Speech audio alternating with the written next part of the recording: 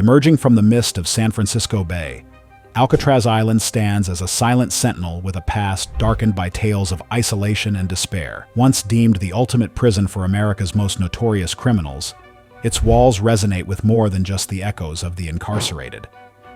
Today, we peel back the layers of time to uncover the dark history of Alcatraz Island. Established as a federal penitentiary in 1934, Alcatraz was designed to house criminals deemed too dangerous for the mainland. Its first inmates found a bleak new world, cells built to break the spirit, rules enforced with an iron fist, and the chilling reality of inescapable confines. Men like Al Capone, once America's most feared gangster, and Robert Stroud, the infamous Birdman of Alcatraz, walked these chilling corridors. Capone, known for his ruthless control over Chicago's underworld, found Alcatraz to be a stark contrast to his previous lavish prison stays. Here, he faced the harsh disciplines and stark isolation that stripped him of his power and influence. Reduced from a feared leader to just another inmate, Capone's mental health deteriorated, haunted by the disease that ravaged his body and mind.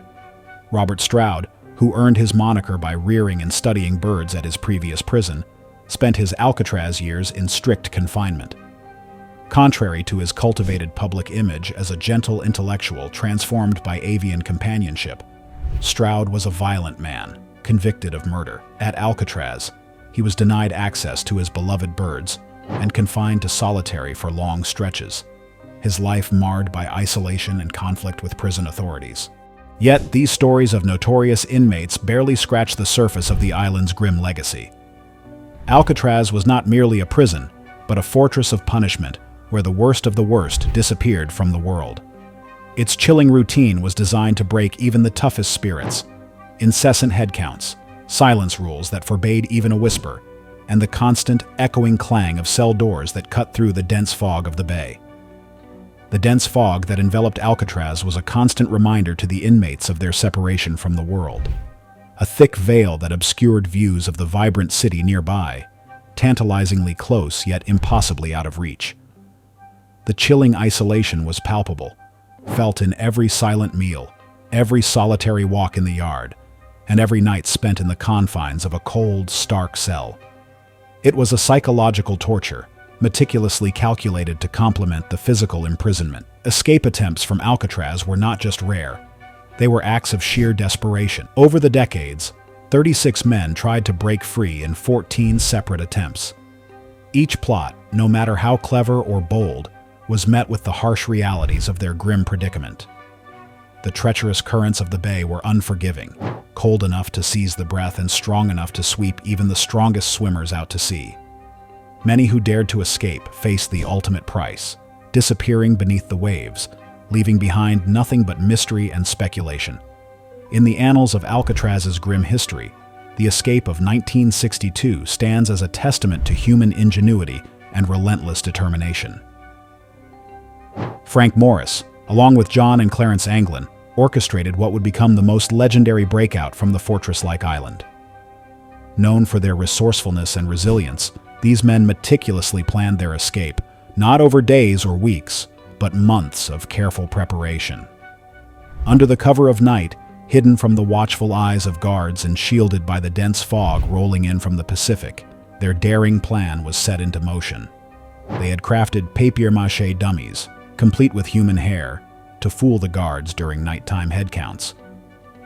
Their cells, which they had gradually widened using stolen spoons turned into makeshift chisels, led them into the utility corridors. Unmonitored and dark, these passages became their route to freedom. On the night of June 11, 1962, Morris and the Anglin brothers slipped into the icy waters surrounding Alcatraz. Their tools? Crude life vests and a raft ingeniously crafted from over 50 stolen raincoats. They vanished into the cold, foggy embrace of the San Francisco Bay, propelled by a fierce will to escape the inescapable. Did they survive the treacherous currents that had claimed so many before them? Or did the cold, unforgiving waters swallow their hopes of freedom? No definitive evidence of their fate exists. Over the years, bits of purported evidence have surfaced. A body washed ashore, a photograph claimed to be of the Anglins in Brazil. Yet, nothing conclusive has ever been proven. The FBI closed their case in 1979, but the debate continues, fueled by occasional clues and enduring intrigue. Yet the shadows of Alcatraz are not only cast by its notorious inmates and strict guards.